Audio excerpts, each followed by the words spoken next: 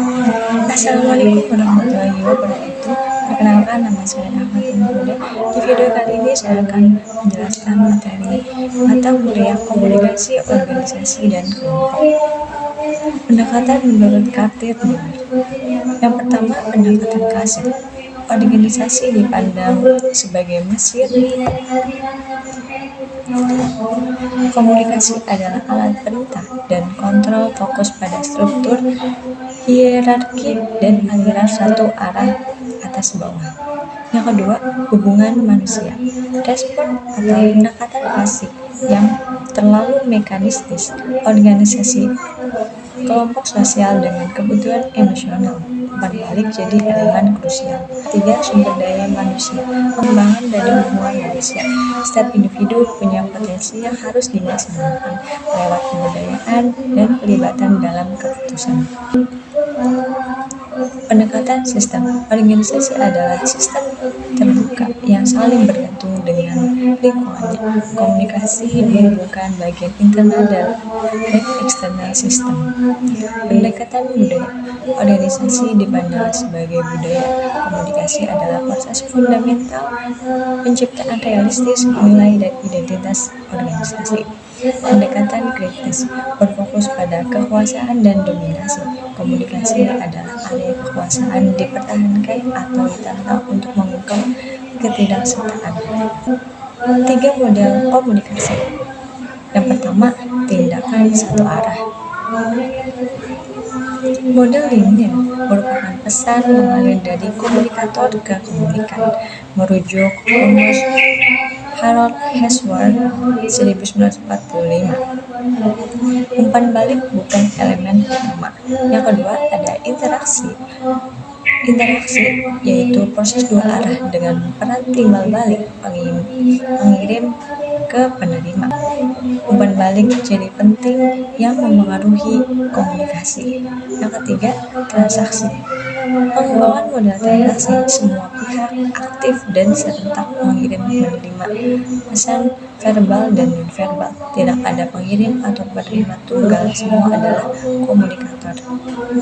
Klasifikasi komunikasi organisasi.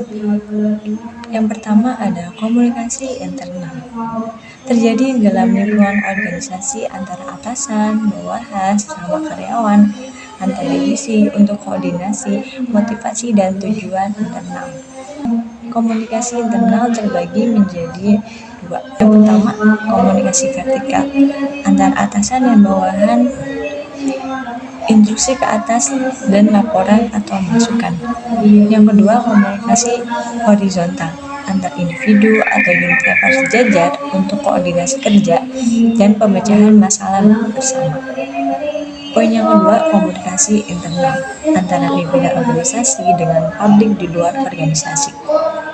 Tujuannya membangun citra, promosi, dan menjaga hubungan baik dengan masyarakat, pelanggan, atau pihak eksternal lainnya.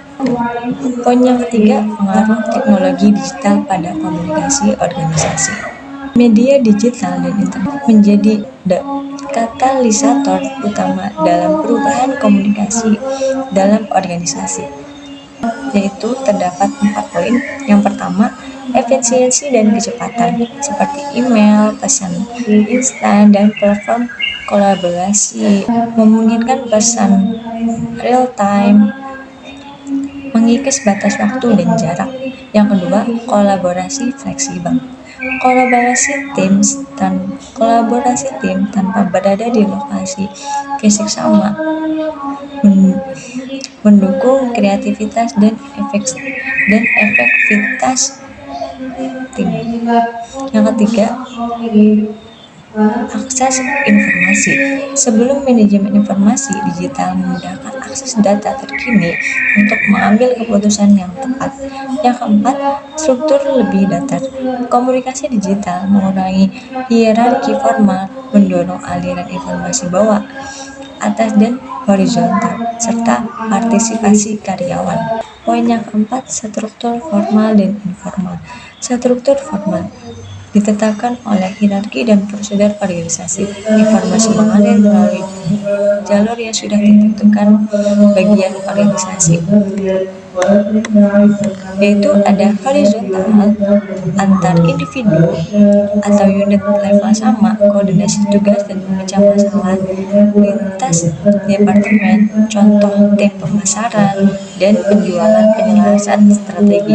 Yang kedua, vertikal ke atas, dari bawah ke atas, laporan, umpan balik, usulan, contohnya seperti karyawan mengajukan laporan kemajuan proyek ke manajer. Yang ketiga, vertikal ke bawah, dari atas ke bawah, instruksi kebijakan tujuan perusahaan, contohnya seperti manajemen menyampaikan target kuartal via email. Poin yang kedua, struktur formal.